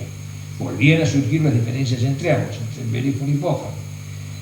Desde su puesto de comando en el centro de la Recoba, Belfort vio caer a su lado a su ayudante, el mayor Kenneth, con la cabeza perforada de un balazo. En ese momento cruzó su espada sobre el antebrazo izquierdo, señal convenida de repliegue hacia el fuerte. En ese momento Pueyrredón, entrando con su caballería por la bocacalle de la catedral, o sea, la calle San Martín, alcanzó a arrebatar la bandera del regimiento 71, la misma que podemos ver hoy en la iglesia del convento de Santo Domingo. Después de hacer entrar lo que restaba de sus tropas, Belfort cruzó el puente levadizo del fuerte. Todo el mundo sabe, cuando está la casa de gobierno tenía un puente levadizo, había una fosa ahí, ¿no? Y Belfort se encerró en el fuerte. Una caprichosa simetría del destino hizo que Liniers también perdiera a su ayudante, el mayor Fantin, que murió poco después como consecuencia de sus heridas. En ese momento se produjo la invasión total de la plaza por una masa compacta de tropas y pueblo. Esto trajo, como era de prever, algunos desórdenes. Pueblo y tropas se agolparon al pie del foso del fuerte intentando escalar por todos los medios posibles los muros de la fortaleza. Liniers quedó desbordado y no pudiendo llegar rápidamente a la plaza por el apresuramiento de la multitud, le llevó tiempo controlar la situación. Belfort ordenó cesar el fuego desde el fuerte con la intención de lograr un alto en la lucha. Al ver la furiosa multitud que rodeaba el fuerte, gritó desde las murallas en portugués: "No fogo, no fogo", y viendo que no cesaba la fusilería, ordenó colocar bandera del Parlamento. Aquí se produjo un episodio confuso que cuenta con dos versiones diferentes. La primera dice que Belfort arrojó su espada al foso y, hallándose presente el capitán Maubeuge, con quien se comunicaba Bellefour a los gritos en francés, ordenó devolvérsela. La segunda versión es que fue un capitán inglés no identificado quien arrojó su propia espada. De todos modos, Mordey la devolvió atada a una soga. Entonces se presentó en el fuerte el ayudante de Liniers, el brigadier Hilarión de la Quintana, y le propuso las condiciones. Eran estas: rendición a discreción, con el respeto de su vida y la de sus oficiales, entrega y desarme de las tropas británicas por los honores de la guerra, permaneciendo en condición de prisioneras hasta su reembarque. Mientras esto se discutía, afuera la multitud gritaba enardecida que cesase el pabellón español. Luego de breve duda, Bellefour aceptó. No habiendo bandera española, alguien se encargó de proveerla y una vez más Mordey se la alcanzaría a los ingleses. Bellefour, por decisión unánime, ordenó enarbolarla. En ese momento, vivando a la patria, a España y al rey, la ira popular se convirtió en júbilo desbordante. Se propuso a Bellefour su traslado a los bajos del Cabildo para entregar la ciudad al vencedor. Este quiso saber si era factible llegar sin riesgos en vista de la furia popular que lo rodeaba. Hilarión de la Quintana asumió esa delicada responsabilidad e hizo saber de viva voz pena de muerte a quien ofenda al jefe inglés. Así nos llega el relato por boca de diversos testigos. Montones de personas de distintos estamentos y demás comentan que fue así, ¿no? Junto al teniente coronel Dennis Pack, jefe del regimiento 71, marcharon al encuentro con Liniers. A pesar del frío, Bellefour llevaba su uniforme traspasado de sudor hasta cambiar su color rojo original por granate. No resulta difícil comprender la situación en que se hallaba. Sabía que en su patria, como en muchos lados, el fracaso se paga. El encuentro de ambos jefes, al pie del Cabildo, quedó fijado en el óleo que nos dejara la realista imaginación de Charles de Fouquier y que se conserva en el Museo Histórico Nacional. Es famoso ese óleo, ¿no?, que Bellefour está entregando la espada. El cuadro evoca la escena de la entrega del sable del jefe vencido y el caballeroso rechazo por parte de Liniers. Todos los relatos coinciden en este y en el siguiente abrazo del vencedor. El gesto de Liniers, ese glorioso 12 de agosto de 1806, nos deparó una versión criolla de la rendición de Breda, donde el famoso cuadro de Velázquez, conocido como cuadro de las lanzas, inmortaliza para siempre el gesto de un noble vencedor hacia el vencido. Bastante pena tiene el vencido, parece decirnos el bellísimo óleo de Velázquez. Yo no sé si ustedes lo conocen, hay que verlo, el cuadro de la lanza, donde el general Espínola abraza al vencido. Eso es realmente admirable, ¿no? Pasados los momentos de justificar angustia, no sucedió así en otras guerras, ¿no? En fin, pasados los momentos de justificada angustia, ya el ex gobernador se reunió con Liniers para estipular un tratado formal de rendición. Aquí vuelve a resurgir su habilidad dialéctica. Trató de convencer a Liniers de la difícil situación que le esperaba en su futura presentación en la corte, lo cual no era cierto, como veremos después. Dejó entender que había llegado a estas tierras sin autorización explícita y que el fracaso agravaba su situación personal. Tal como él mismo lo había afirmado en una carta a la corte, sabía que Liniers era incorruptible, pero también conocía su condición religiosa inclinada a la piedad y su natural bondad, combinada con un alto sentido del honor. Intentó sacar provecho de estas condiciones buscando su amistad. Su futuro, en cierto modo, demostró que no estaba tan desacertado. Era un cálculo a la inglesa, es decir, bien pensado y razonado. Primero apeló al honor y luego a conmover a su adversario.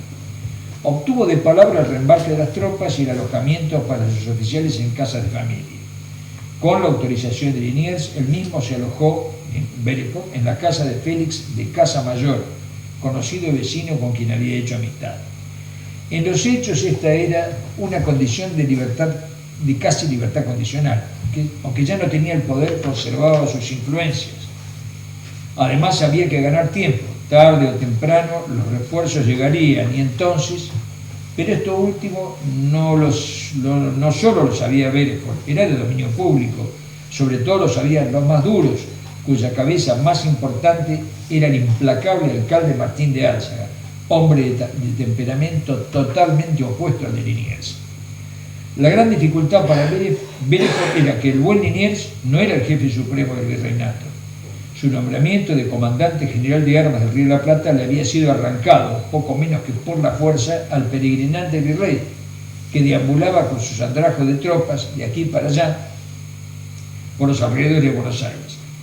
Esta condición de Liniers se limitaba a las operaciones militares y no era extensible al aspecto político.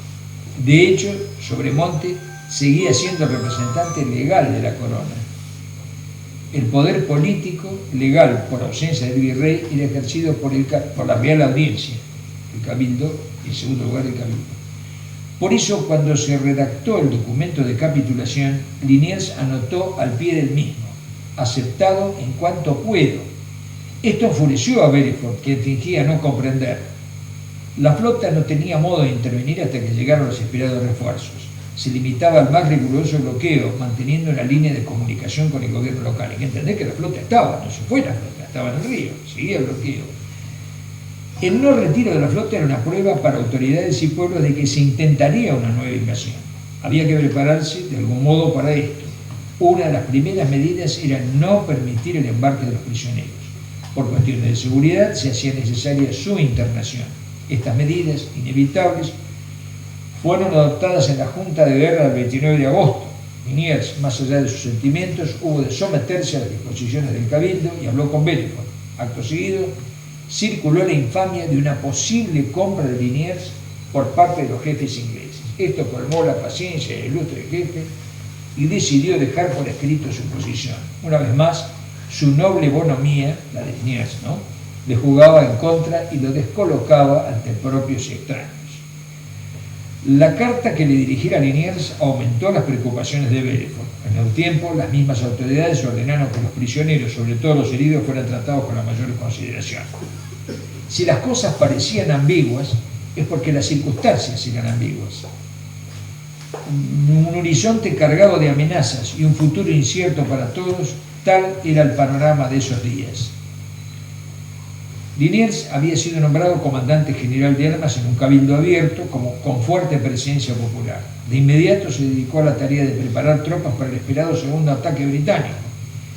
Luego de una cuasi amistosa ceremonia de despedida en la Plaza Mayor, los prisioneros británicos fueron trasladados a Luján, Capilla del Señor y San Antonio de Areco. Belfort y Pack y sus ayudantes, pese a sus protestas, fueron confinados a Luján. Desde allí, la privilegiada prisión de Belfort se convirtió en un verdadero centro de especulaciones geopolíticas. 3 visitas asiduas e importantes recibió Belfort en Luján: Manuel Aniceto Padilla, Saturnino Rodríguez Peña y Juan José Castelli.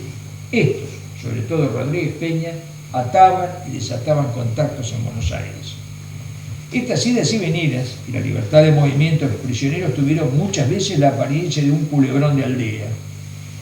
Mientras los jefes se ocupaban de las maniobras políticas, los jóvenes prisioneros aprendían nuestras destrezas hípicas, entre otras el juego del pato. Estas actividades se extendieron hasta el galanteo de la moza del pago. El asalto y asesinato con aparente intención de robo del capitán Ogilvy por unos paisanos de Capilla del Señor fue el condimento picante de la placentera estadía de los prisioneros ingleses en Luján. Cundió la alarma y se ordenó una investigación. En la pequeña villa de Luján todo se sabía y a poco se dio por los culpables maridos y novios despechados. Entre tanto, en la gran aldea comenzó a circular entre pocos y de modo reservado la hipótesis de la independencia de estas tierras con apoyo, entre comillas, británico. Belfort se manifestó dispuesto a defender esta idea en la corte a su regreso. Nuevamente el problema no era el virrey, sino lo que podían pensar los que entonces eran los hombres más importantes del Río de la Plata: Liniers, Álzaga y Ruiz Huidobro. Descartado el último por encontrarse bloqueado en Montevideo, quedaban los 2 primeros. Todos sabían que Liniers era incorruptible, de intachable sentido del honor y obediente a los mandos naturales, es decir, fiel a la corona española, como lo demostró hasta su amargo final. En cuanto a don Martín de Álzaga, la situación era diferente. Aunque también incorruptible, tenía fuertes ambiciones políticas y estaba dotado de gran capacidad de mando. No solo era el primer alcalde, sino el verdadero jefe del cabildo, como lo demostró en 1807, cuando se convirtió en el nervio de la defensa de la ciudad. Es indudable que uno de sus más acariciados deseos era el de ser futuro virrey.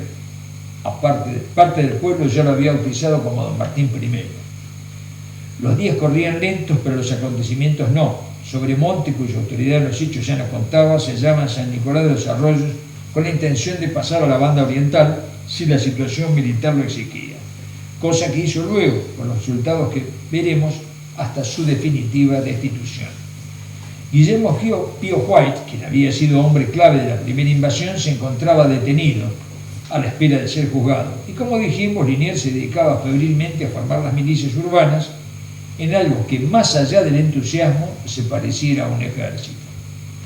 La población, organizada en tercios de milicias, según su origen, se prestaba con entusiasmo al enfrentamiento militar y a lucir con orgullo sus flamantes uniformes.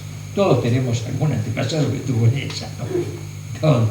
Dicho sea de paso, y como un gesto de justicia histórica, estas fuerzas gregarias que hicieron su bautismo de fuego en la Reconquista, para destacarse luego, un poco mejor organizadas las jornadas de defensa, fueron el acta de nacimiento de nuestras Fuerzas Armadas. De ser así, Liniers pasaría a ser su involuntario padre de las Fuerzas Armadas también. Aceptar esta propuesta sería un acto de reparación histórica hacia quien fuera tan ingratamente sacrificado por una encrucijada histórica. Entre tanto, ¿qué sucedía en Gran Bretaña?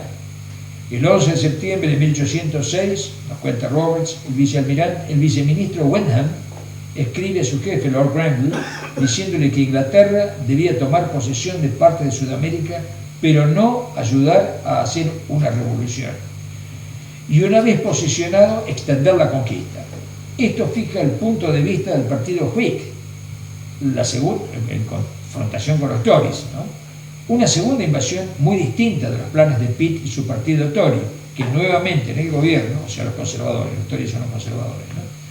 Y los laboristas los Whig, que nuevamente en el gobierno en 1808 dispuso una tercera invasión con miras a la independencia. Esa invasión, ya lo vamos a explicar después, no llegó a la de 1808. Hay que tener en cuenta que los partes de Popham y Bedford sobre la toma de Buenos Aires llegaron a Portsmouth junto con el Tesoro recién el 12 de septiembre. Esta noticia fue celebrada con entusiasmo por la prensa británica. El Times encabezaba sus noticias, comillas, captura de Buenos Aires. Las noticias indican que Buenos Aires en estos momentos forma parte del Imperio Británico, agregando que este es uno de los acontecimientos más importantes de la actual guerra, se refiere a la guerra contra Napoleón. No sabemos cómo expresar en términos adecuados las ventajas nacionales que se derivan de esta conquista. Cierro las comillas. Abre de nuevo. Es casi indudable, agrega, que toda la colonia del Plata tendrá la misma suerte que Buenos Aires y que las esperanzas presentadas a sus habitantes les harán ver que está en su propio interés ser colonia del Imperio Británico. Esto está en el Times, ¿no? Como resultado tendríamos un mercado continuo para nuestras manufacturas, agrega el Times, y nuestros enemigos perderían para siempre el poder de sumar estos recursos para hacernos daños. En la editorial del 25 de septiembre del mismo diario se dice: tal es la fertilidad del suelo de Buenos Aires, ¿cómo sabían? ¿Quién les pasaba esto? Tal es la fertilidad del suelo de Buenos Aires que en poco tiempo será probablemente el granero de Sudamérica. Los campos de pastoreo soportan millones de cabezas de ganado, vacas, ovejas, caballos y porcinos. Además agregaba: las mujeres de Buenos Aires son consideradas las más simpáticas y hermosas en toda Sudamérica, y su manera de vestir denota un gusto superior. Esto está en el Times. El ambicioso Popham ya se había adelantado con una circular al presidente del Lloyd's, centro comercial de Londres, haciendo saber estas ventajas comerciales. En la Gaceta de Londres del 20 de septiembre apareció la proclama de Su Majestad Británica declarando que la ciudad y fortaleza de Buenos Aires, con sus dependencias, eran parte de los dominios de Su Majestad. Como sabemos, Londres veía en esta conquista un ataque por elevación a Napoleón, cortando los fondos que, por compromisos adquiridos, España se veía obligada a pagar. Quizá esto pensaba Lord Grenville cuando envió a París al embajador Lauderdale a entrevistarse con el ministro Talleyrand, el famoso ministro de Napoleón, el gran ministro Talleyrand, le respondió: no obstante el espléndido éxito obtenido por las armas de Su Majestad en Sudamérica, estoy autorizado para dar seguridades que las demandas de mi corte en su favor no serán materialmente aumentadas como consecuencia de este éxito. Por lo que sabemos, Lord Grenville escribió que la enorme propaganda de Popham y sus agentes, léase Miranda, ha hecho tal impresión en el pueblo que su devolución se hace difícil, y concluye que el uti possidetis pueda servir para sacar ventajas para su devolución. Dice nuevamente Carlos Roberts, la conquista de Buenos Aires abrió visiones fantásticas sobre la conquista total de Sudamérica. Una prueba de esto fue la actitud de Lloyds, de los grandes banqueros y comerciantes que le recibieron con aplausos frenéticos la noticia de la ruptura de las negociaciones con Francia, una cosa muy curiosa, preferían seguir peleados con Napoleón. Esto es así. No caben dudas que estas influencias fueron decisivas para inclinar al nuevo gobierno Whig a seguir la empresa conquistadora de Sudamérica. Un señor de apellido Jacob, gran comerciante, envió un memorando recomendando que se hiciera un gran puerto en Maldonado para comerciar con el Pacífico. El gobierno inglés continuó con estos planes de conquista a pesar de la ausencia de Miranda, quien en estos momentos se encontraba en las Antillas luego de sus fracasados intentos de desembarco en Venezuela, que coinciden con la llegada de Belli por acá, entre junio y agosto de ese año. De modo inmediato se pensó en una nueva expedición que consolidara esta conquista. Por su parte, el general Byrd, en respuesta a Belfort, enviaba desde el Cabo de Buena Esperanza a Plata una fuerza de 1.930 hombres al mando del coronel Backhouse. Esta llegó en la primera quincena de octubre. Al enterarse de las novedades y sumarse a la escuadra en el río, fue por el momento todo lo que pudo hacer. El virrey se había trasladado de San Nicolás hasta San Fernando. Enterado de que su presencia en esta capital no era deseada y podía provocar disturbios, decidió pasar a la banda oriental. Su ejército se reducía a 500 paraguayos y 200 puntanos, más las escoltas de los prisioneros ingleses le fueron retiradas por razones de servicio. Quedó solo con los contingentes de sus fieles cordobeses, aunque, según el historiador militar Juan Beverina, 471 de estos fieles, entre comillas, desertaron antes de cruzar el río. Parafraseando Quevedo, diríamos que Sobremonte llegó a Colonia en paños menores de tropas y en ayunas de estrategia. El 13 de octubre se presentó en Montevideo, donde tampoco era querido ni esperado. Allí pudo contemplar el bloqueo de la flota inglesa y saber los detalles de la defensa de la ciudad, preparados por Ruiz Huidobro. Este último consideraba que el ataque inglés a Montevideo era inminente y, como veremos, no estaba lejos de la verdad. Ya estamos casi terminando, ¿no? En efecto, Popham convenció a Backhouse de efectuar una operación combinada naval y terrestre. Persuadidos ambos jefes de que esto era viable, se presentaron el 28 de octubre, según cuenta Francisco Bauzá en su historia de la dominación española en el Uruguay, hacia la parte de atrás del cerro, donde Ruiz Huidobro se había colocado a fin de impedir un desembarco. Viendo esto, Popham se trasladó a la costa sur, desde donde rompió un fuego muy recio. Contestaron las baterías con excelente resultado, apagando los fuegos del inglés después de 3 horas de combate. El fracaso no desmoralizó a los atacantes y, buscando otro punto de desembarco, se dirigieron a Maldonado. Su puerto era una ensenada frente a la isla Gorriti, hoy Playa Mansa, en Punta del Este. En la isla había 18 cañones y 3 baterías en tierra para defender la playa del puerto. Uno en el actual Faro de la Punta, otra en La Aguada, que es la actual Playa Mansa, para quienes conozcan Punta del Este, y otra en Punta de Piedras. La población estaba separada por grandes médanos de arena. Esto decidió el desembarco a poco más de una legua al sudeste en la Punta de la Ballena, que sin conjunción de artículo se conoce hoy, conserva ese nombre, la Punta Ballena, ¿no? Punta del Este. El coronel Backhouse desembarcó los primeros 400 hombres y atacó a los 260 con el teniente coronel Moreno, comandante de Maldonado, con que el teniente coronel Moreno, comandante de Maldonado, salió a enfrentarlo. Estos hombres fueron arrollados y los dispersos lo hicieron fuertes en el pueblo. Mientras mujeres y niños huían de Maldonado, los hombres se parapetaron los tejados y en la iglesia matriz. Irritados por la resistencia, esto es curioso esta conducta, ¿no? Los ingleses mataron a los heridos y redujeron a los defensores a sangre y fuego.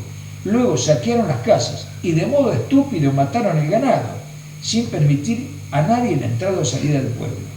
Fue un error muy grave, como se verá después, matar el ganado. El comandante Moreno, con solo 40 hombres, y el cura de Maldonado, se replegó a Mataojo para retirar el ganado y caballada e impedir la entrada de víveres a Maldonado y observar los movimientos del enemigo. Según nos cuenta Francisco Bouzá, Moreno consiguió reclutar a alguna gente de a caballo en los campos circundantes que sirvió para complicar el abastecimiento inglés. Desde Montevideo fue enviado el teniente de fragata Abreu con 400 hombres para cercar Maldonado y hostigar a la guarnición inglesa. Esto los obligó a salir y presentar combate el 27 de noviembre en el cercano pueblo de San Carlos. Aunque Abreu fue muerto y los ingleses lograron dispersar a los criollos, la ubicua caballería gaucha suponía una molestia imposible de controlar, eran como tábanos. Moreno volvió a tomar el relevo de Abreu e inició un cerco que puso en grandes molestias al invasor. El desembarco de 4.000 hombres en Maldonado con la intención de avanzar por tierra a Montevideo se veía retrasado por los sorpresivos ataques y falta de víveres. En realidad, estas dificultades solo podían ser vencidas con la llegada de los refuerzos prometidos o con una segunda y definitiva expedición. Popham, ya experto en la región, sabía que un nuevo intento sobre Buenos Aires exigía una condición sine qua non: la toma de Montevideo y la ocupación de la costa de la banda oriental. Luego, por simple asedio, la caída de la capital del virreinato sería tarea fácil para tropas veteranas. De ese modo, se convertirían en los dueños del Río de la Plata, repito, llave del dominio geopolítico de la América del Sur. Estemos atentos, esto conviene no olvidarlo. Las tropas de auxilio, compuestas por 2.300 hombres, zarparon de Inglaterra el 11 de octubre de 1806. Venían a las órdenes del general Samuel Auchmuty, quien debía ponerse a la disposición de Belfort y comunicarle las directivas del nuevo gobierno. Por cierto, ignoraban que Buenos Aires era ya cosa perdida para ellos. En estos tiempos, las noticias eran más lentas que las decisiones que se tomaban. Y concluyo.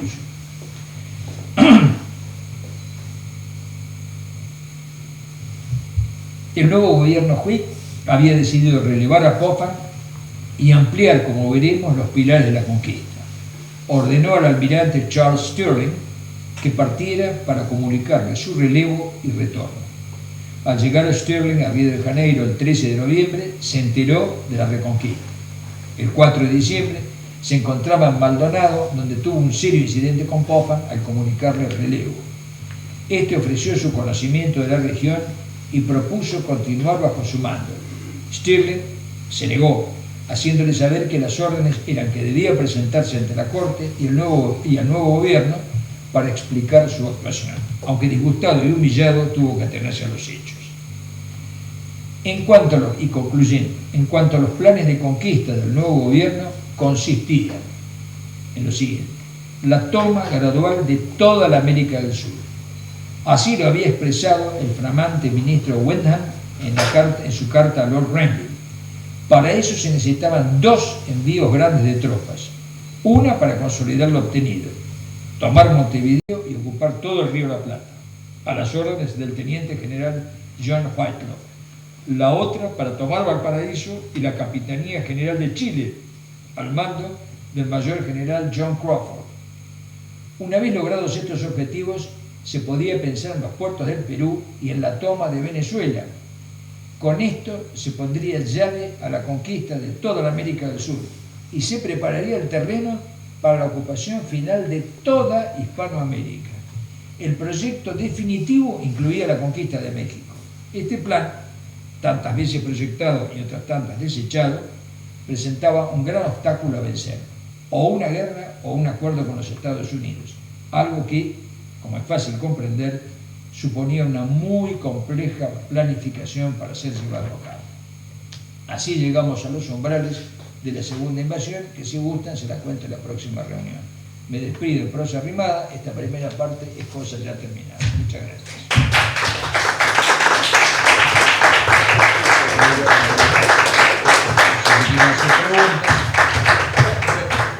Muy amable, muy gentil con su exposición.